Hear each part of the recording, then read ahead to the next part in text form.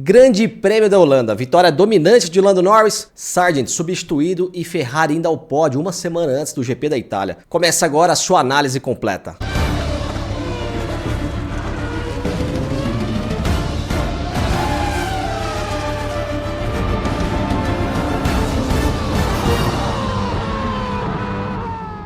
Lembrando que essa análise é um oferecimento de F12.bet, jogue com responsabilidade. O Grande Prêmio da Holanda começou com o clima incerto, chuva no primeiro e no terceiro treino, e isso significa menos tempo para as equipes testarem suas atualizações e setups. A McLaren, que já era o melhor carro do grid, foi a que mais trouxe atualizações para a Holanda. Foram 4 atualizações de performance e 2 específicas para o circuito de Zandvoort, principalmente para buscar mais downforce. Logo na sexta-feira tivemos o anúncio da Alpine, que confirmou Jack Doohan para 2025 ao lado de Pierre Gasly. Doohan é australiano, piloto reserva do time e filho do 5 vezes campeão de mundial de MotoGP Mick Doohan. Era um anúncio esperado e agora só restam 3 vagas, uma na Mercedes, uma na Sauber e a vaga do Ricciardo na RB. Treino 3 e Logan Sargent erra ao passar na grama molhada, bate forte, destrói a Williams, que tinha trago várias atualizações. Logo após o acidente de Sargent, surgiram alguns rumores de uma possível substituição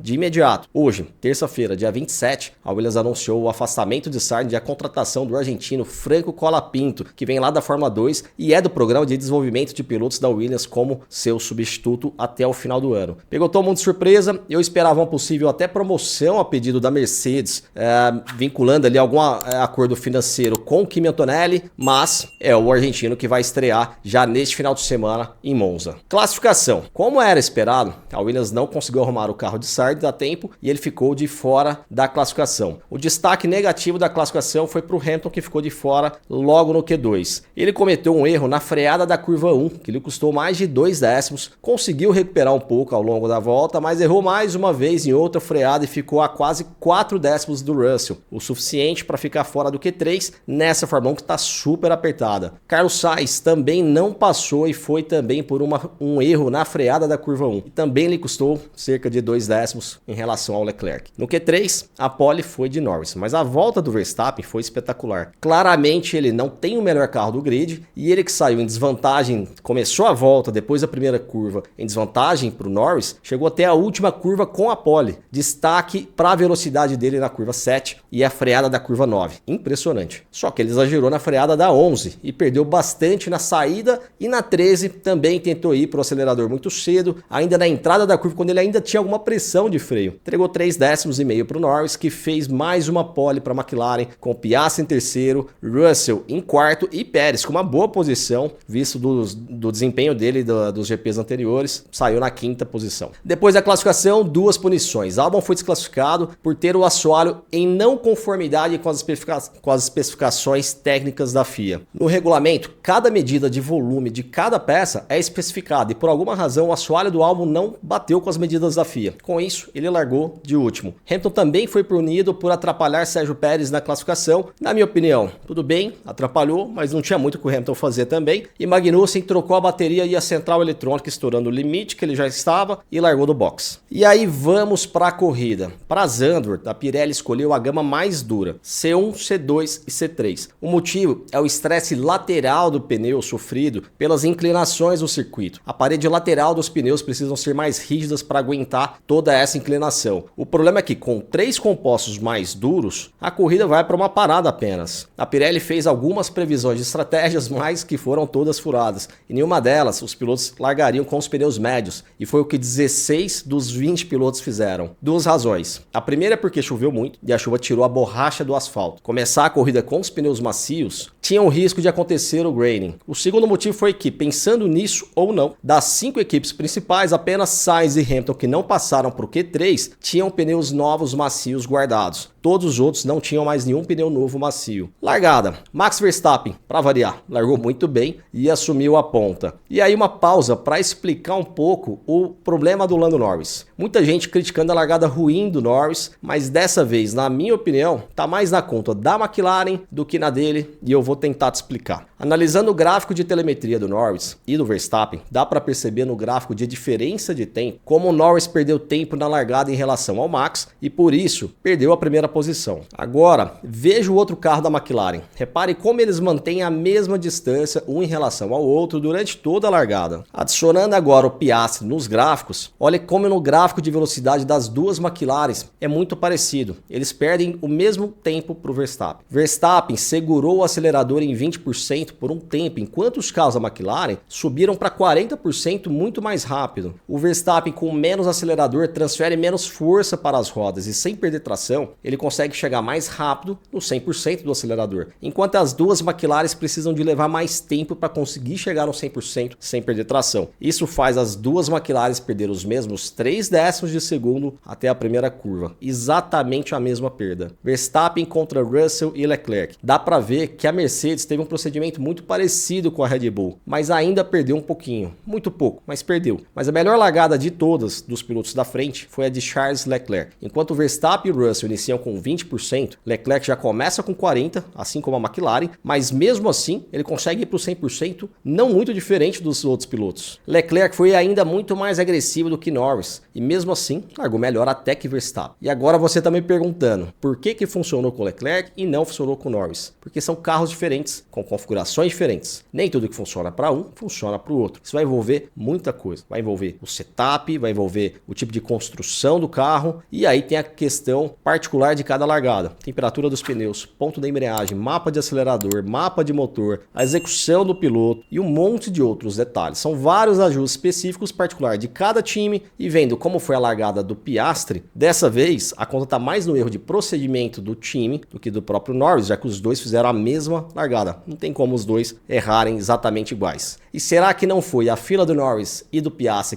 que largaram mal? Não. Sérgio Pérez estava em quinto, na mesma fila ímpar, e também largou muito bem. Tracionou inclusive melhor do que o Verstappen. Claro, tinha a condição de vácuo para ajudar, mas o Sérgio Pérez é a confirmação de que não foi problema da fila. O Piastri também perdeu a posição para o George Russell, que acabou atrapalhando a sua corrida inteira por causa disso. Hamilton e Sainz foram escalando o grid com bons ritmos. Norris foi acompanhando pacientemente Verstappen de perto, forçando o Max a andar forte e não poupar equipamento, e sabendo que quando chegasse o desgaste dos pneus do Max Verstappen, Norris teria a sua chance. Não deu outra. Abrindo a volta 18, Norris abre o DRS e passa com certa facilidade e vai embora para dominar a corrida. Dos pilotos da frente, Hamilton era o único com pneus macios e foi o primeiro a parar, mas conseguiu levar até a volta 23, praticamente na mesma janela dos pneus médios. A Mercedes perdeu a posição do Russell quando o Leclerc parou uma volta antes para tentar fazer um undercut. O Russell ainda teve um pit stop ruim, perdendo pelo menos um segundo a mais. Leclerc, quando volta para a pista já na frente do Russell, começou a andar muito rápido, e o Verstappen precisou também parar para não levar o undercut dele também. E com isso, a McLaren precisou reagir com o Lando Norris para não tomar o undercut do Verstappen e parou na volta seguinte. E ao invés de parar os dois carros, a McLaren errou e deixou o Piastri mais tempo na pista. Sérgio Pérez parou na volta 30 e também foi uma parada ruim, perdeu mais ou menos 2 segundos. Piastri só foi parar na volta 33 e com o pneu com 8 voltas mais novo do que o do Russell, ele conseguiu buscar o inglês, ficou fácil, fez a ultrapassagem e foi embora. O Piastri era 6 décimos por volta mais rápido do que o Leclerc e conseguiu chegar na zona de DRS na volta 46. Só que ele ficou até a volta 52 dentro da zona de DRS e não conseguiu fazer a ultrapassagem. E a dificuldade dele é a velocidade de reta da Ferrari. Veja na volta 50, Piastri, Leclerc e Verstappen. O Piastri aqui, fechando a volta, tá com o DRS aberto.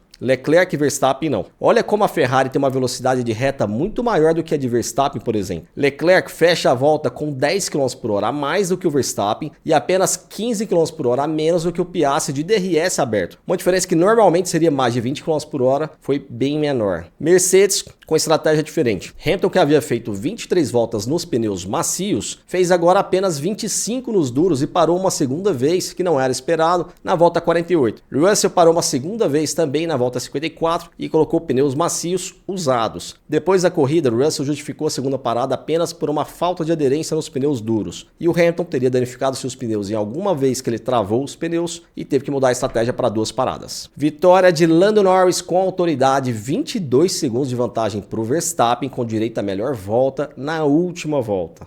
Verstappen em segundo, com Leclerc fechando o pódio, uma surpresa para todos, inclusive para ele próprio, o desempenho da Ferrari. Agora falando de ritmo de cada um, começando pela McLaren, é o melhor carro do grid atual e com uma dominância enorme como vimos lá atrás a Red Bull fazer. Mas o que mais me chamou a atenção foi o Norris fazer a melhor volta na última volta com pneu duro de 44 voltas. Ele mostrou que os 22 segundos de vantagem poderiam ser 40. Um comparativo entre a volta que ele segurou o ritmo na volta 70 com a volta 72, a volta final dele que ele faz a melhor volta. Olha como ele freia mais dentro em todas as curvas, carrega mais velocidade, as velocidades mínimas são mais altas. É impressionante o desempenho de Norris na Holanda. Piastri, a McLaren esticou muito o stint dele pensando que ele estaria forte no último stint, mas não foi o que aconteceu. Ele foi dominado desde o início do final de semana pelo Norris e não conseguiu passar o Leclerc quando precisou. Piastri saiu devendo no final de semana. Ferrari, numa corrida que foi crítica para os pneus, a Ferrari foi excelente na gestão. O que pode ter ajudado foi não precisar utilizar os pneus macios, que normalmente não funcionam muito bem com a Ferrari. No final, Leclerc ficou apenas a 2,5 segundos